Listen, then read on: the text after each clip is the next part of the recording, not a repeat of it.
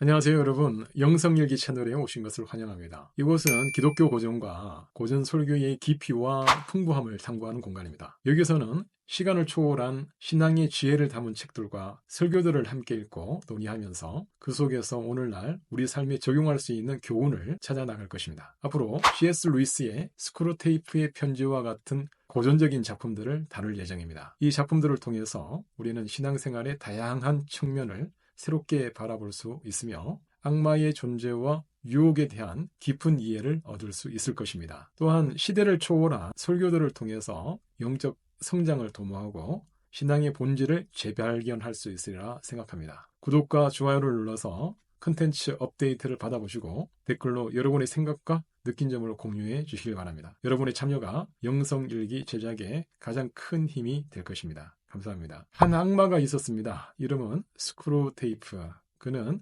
자신의 조카인 워무드라는 젊은 악마에게 편지를 썼습니다. 워무드의 임무는 한 사람의 성도가 신앙에서 멀어지게 만드는 것이었습니다. 스크루테이프는 워무드가 이 성도로 하여금 책 읽기 습관을 들이지 못하게 만들고 그 사람이 유물론자 친구를 만나게 하려고 한다는 것을 알고 조금 칭찬을 했습니다. 유물론자란 물질만 믿고 정신적인 것들을 믿지 않는 사람들입니다. 하지만 스크루테이프는 워무드에게 경고합니다. 사람들이 진짜로 무엇을 믿는지 그리고 왜 그것을 믿는지 이해하게 만드는 것은 오히려 그들이 신앙을 가지는 쪽으로 만들 수 있다고 말입니다. 그래서 그는 워무드에게 사람들이 단순히 유물론을 멋지고 강력한 생각처럼 느끼게 만들라고 조언을 하는데요. 스크루테이프는 예전에 자신이 한 사람을 어떻게 유혹하여서 넘어뜨렸는지 이야기를 해줍니다. 그 사람이 책을 읽으면서 깊은 사색에 빠지려 할 때에 스크루테이프는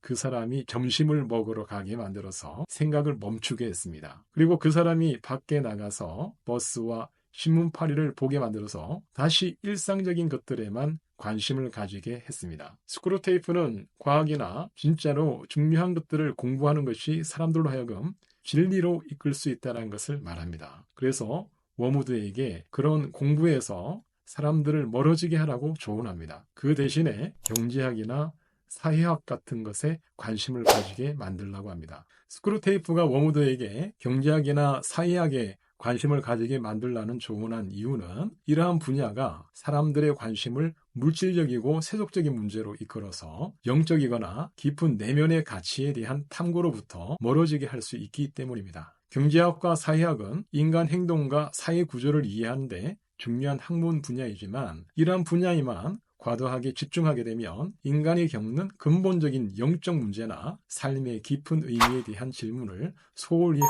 위험이 있습니다. 스크루테이프의 전략은 사람들이 자신의 영적인 존재와 궁극적인 삶의 목적에 대해 깊이 사색하는 것을 방해하고 대신에 삶의 외적인 측면과 사회적 경제적 문제에만 초점을 맞추도록 유도하는 것이었습니다. 이런 방식으로 사람들은 더 큰 존재나 영적 가치에 대한 탐색보다는 일상적이고 세속적인 문제에 더 많은 시간과 에너지를 소비하게 됩니다. 이는 사람들이 물질적 성공과 사회적 지위에 과도하게 몰두하게 만들고 그 과정에서 자신의 영적 성장과 내면의 평화를 추구하는 것을 등한시하게 만드는 것이죠. 따라서 스크루테이프의 이러한 조언은 워무드가 이제 막 신앙을 시작한 사람의 관심을 영적 탐구로부터 멀어지게 하려는 의도를 반영한 것입니다. 이는 내면의 성장을 방해하는 한 가지 방법으로 스크루테이프가 워무드에게 제시한 하나입니다. 이 편지는 악마가 사람들의 마음을 어떻게 진리에서 떠나게 하는지 그리고 사람들이 어떻게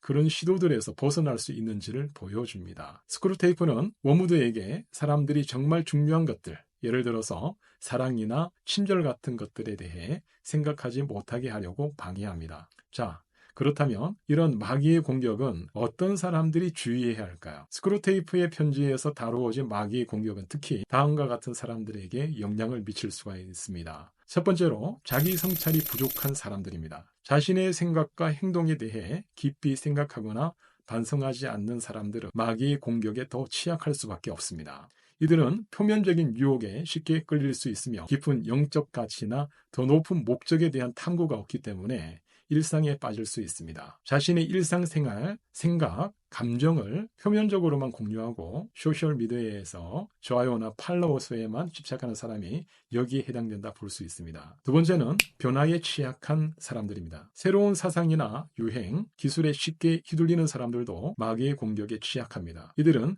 외부의 변화에 자신의 신념이나 가치를 쉽게 맞추려 하며 근본적인 진리를 탐구하기보다는 새롭고 현대적인 것에 더 많은 가치를 두는 경향이 있습니다. 새로운 유행이나 제품이 나올 때마다 반드시 그것을 따라가야 한다고 느끼는 사람들이라든지 사회적 이슈, 정치적 문제에 대해 쉽게 의견을 바꾸는 사람들은 깊이 있는 분석이나 오랜 시간 동안의 신념보다는 순간의 트렌드나 대중의 의견을 따르는 경향이 있습니다. 세 번째로 물질주의에 빠진 사람들입니다. 유물론적 가치에 더 많은 중요성을 두는 사람들은 영적 가치를 소홀히 하기 때문에 유혹에 빠지기 쉽습니다. 물질적 성공과 소유를 최우선 목표로 삼는 사람들은 영적 성장과 내면의 만족을 추구하는 것보다 외부적인 성공에 더 많은 에너지를 소비할 수 있습니다. 네 번째로 학문적 호기심이 부족한 사람들입니다. 진리를 탐구하는 학문적 노력에 관심이 적고 쉽게 얻을 수 있는 지식이나